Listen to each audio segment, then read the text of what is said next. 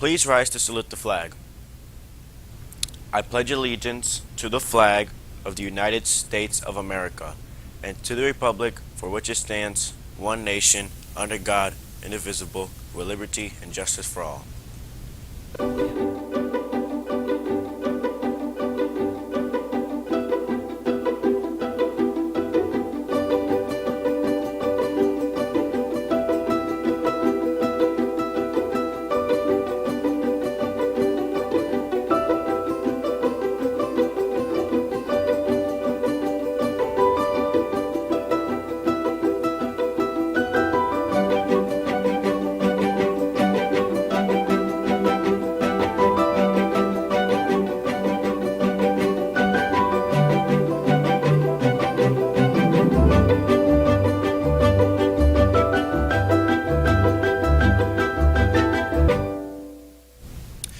Good morning and welcome to RPtv. Today is Thursday, May 26, 2022. As we head into the long holiday weekend, it's important to remember why we have these days. Monday is Memorial Day, the day we use to honor those who have died in defense of our country.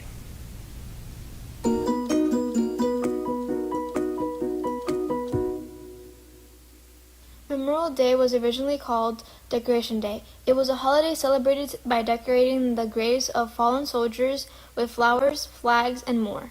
But over time, it became known as Memorial Day.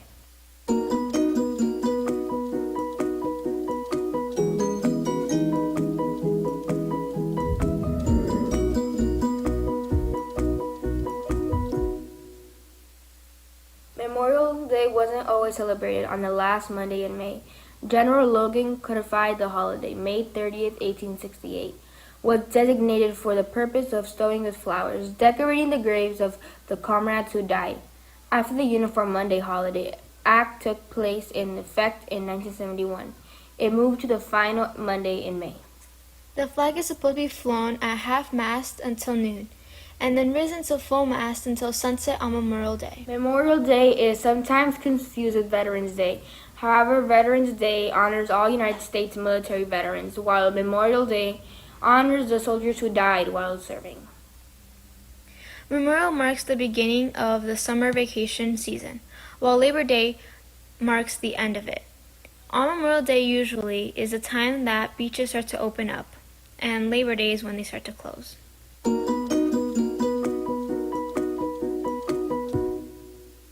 Yesterday, some students were treated to a special day of fun, and as you will see, it turned out to be a great day.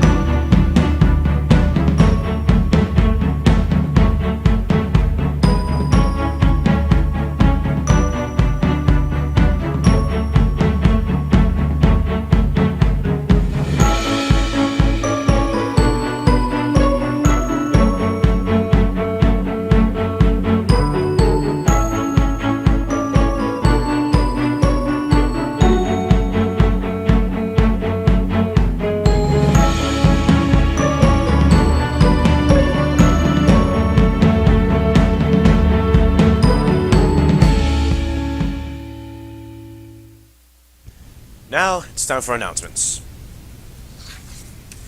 Attention students, CNN 10 is looking for original artwork featuring the number 10 to use in the new show opening.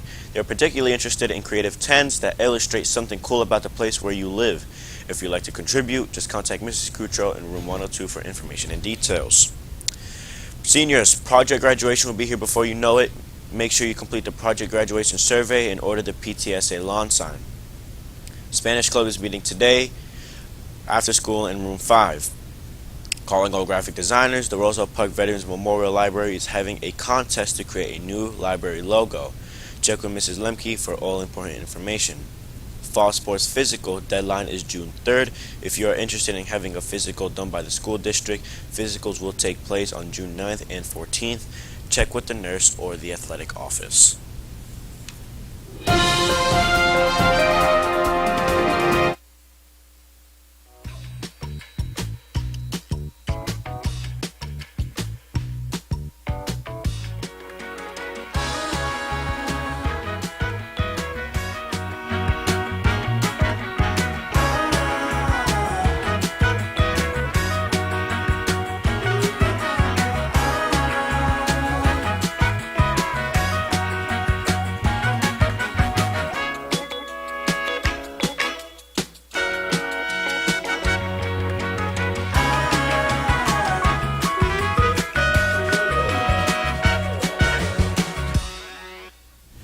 Now, for our final segment of today's broadcast, we have a special performance by our own very Alana Fernandez. Good morning, RPtv, and I would like to have a special congratulations to the inductees of the National Honor Society. And I would like to also give a warm thank you to Miss Lemke, who has helped these kids as well as others across the Roosevelt Park High School.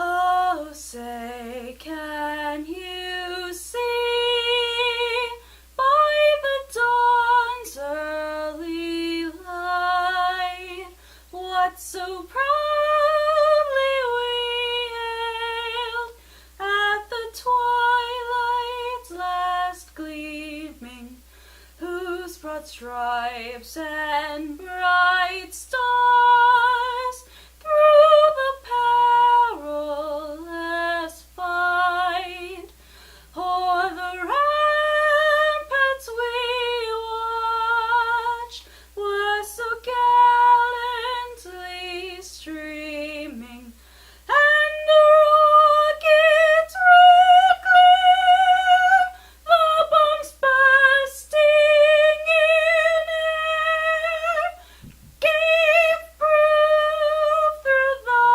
night that our flag was still there. Oh, say does that star-spangled banner yet wave o'er the land of the free and the home of the brave. Thanks for watching. Have a great day and stay tuned for CNN 10.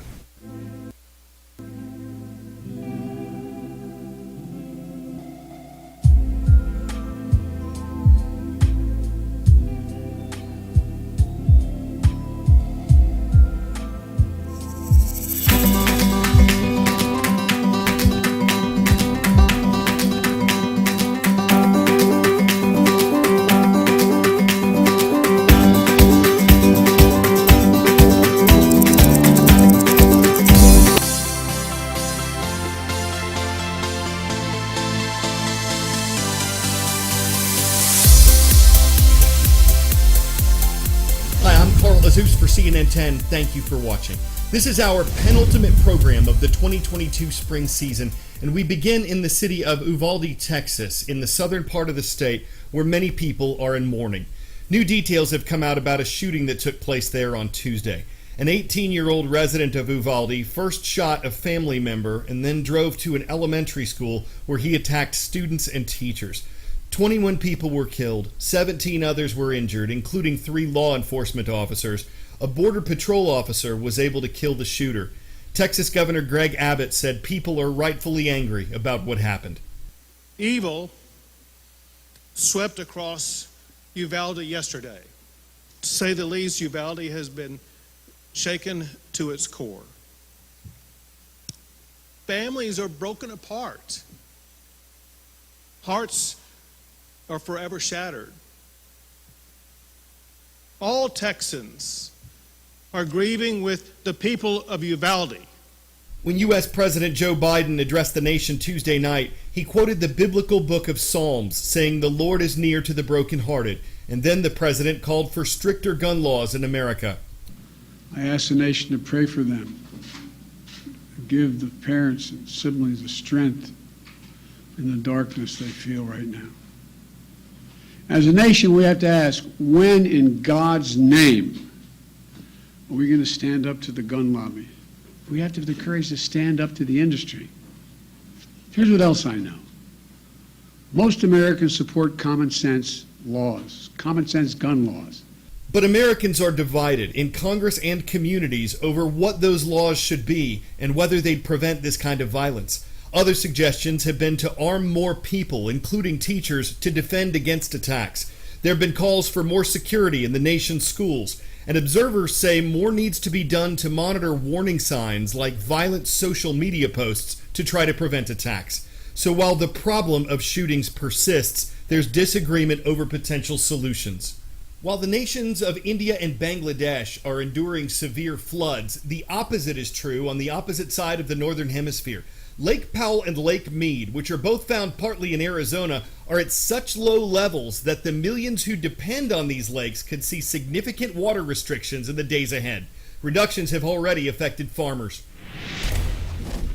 The Southwest mega drought is intensifying, and it's not even summer yet. Lake Mead, the nation's largest reservoir, keeps dropping to unprecedented lows. From human bones to old boats. See if it'll start. The precipitous fall is revealing secrets long hidden underwater. There's probably 2 V8 engines under the mud. But the seeping water line is cause for another grim reality. For the first time, Lake Mead, which supplies water to 40 million people in 7 states and Mexico, has fallen to an elevation of just 1,050 feet. That could force the U.S. Bureau of Reclamation to institute a second tier of unprecedented water restrictions following the first round of cuts triggered in January. We're falling about a foot a week right now because of the agricultural demands downstream. California is one of those states that relies on water from Lake Mead. For months, Governor Gavin Newsom has called on residents and businesses to voluntarily cut their water usage by 15%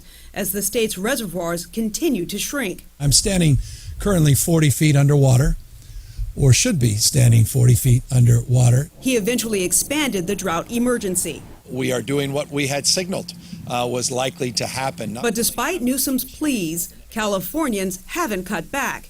In fact, in March, not only was the target not met, but urban water usage rose by 19% from March 2020, the highest March usage since 2015, the state says. California is entering the third year of drought, punctuated by the driest first 3 months of a year on record. And its 2 largest reservoirs, Shasta Lake and Lake Oroville, are at critically low levels, standing at just half of their historical averages. The data spurring Newsom to call a meeting with the state's largest urban water suppliers, pressuring them to beef up their water conservation efforts amid the urgent water crisis, or potentially face a significant reduction in water use statewide this summer. 10-second trivia. Yellow-eyed, Fiordland-crested, and macaroni are all types of what? Lark, gecko, penguin, or moose? These are all types of penguins, and 2 of them are found in New Zealand.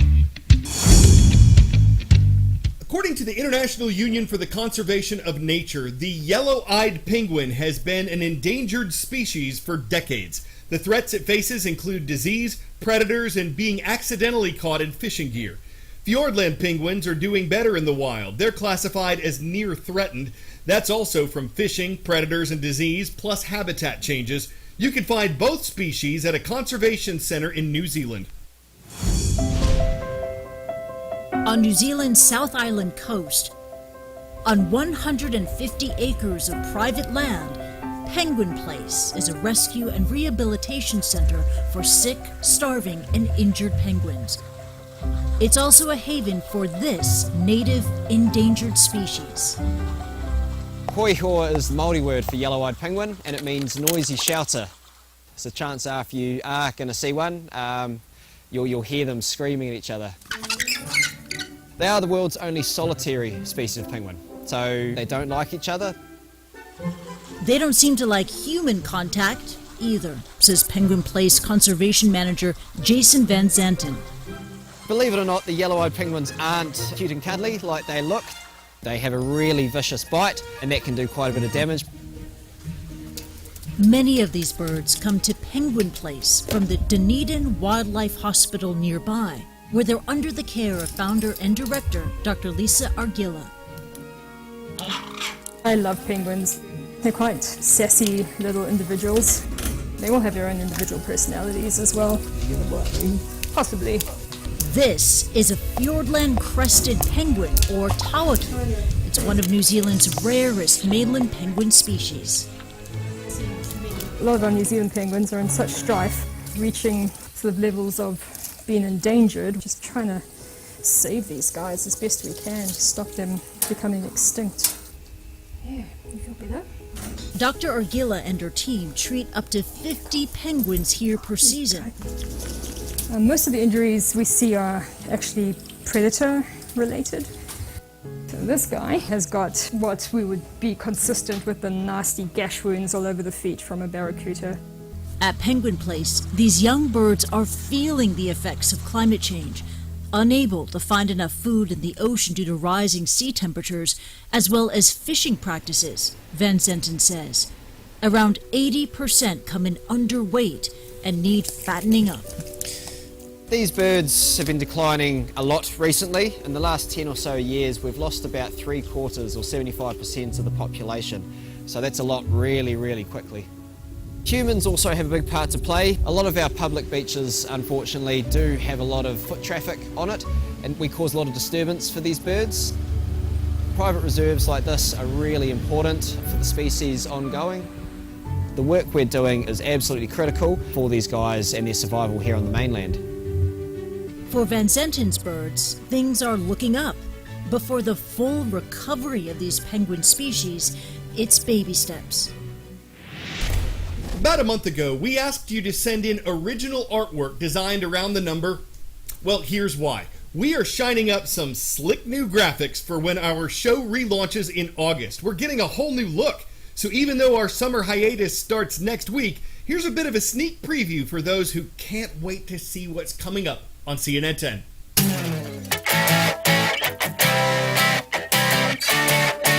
Digging in your pocket for a quarter to use a payphone is something many have never had to do. So this won't be nearly as nostalgic for them as it might be for their parents, teachers, coaches.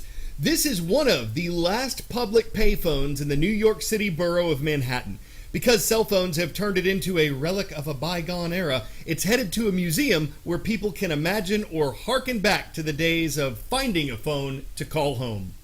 Like E.T. Now, people who thought that was a bad call might have said there's a disconnect and called the decision dialed tone deaf. They might have told the city to hold the line while they petitioned their Rotary Club to take action.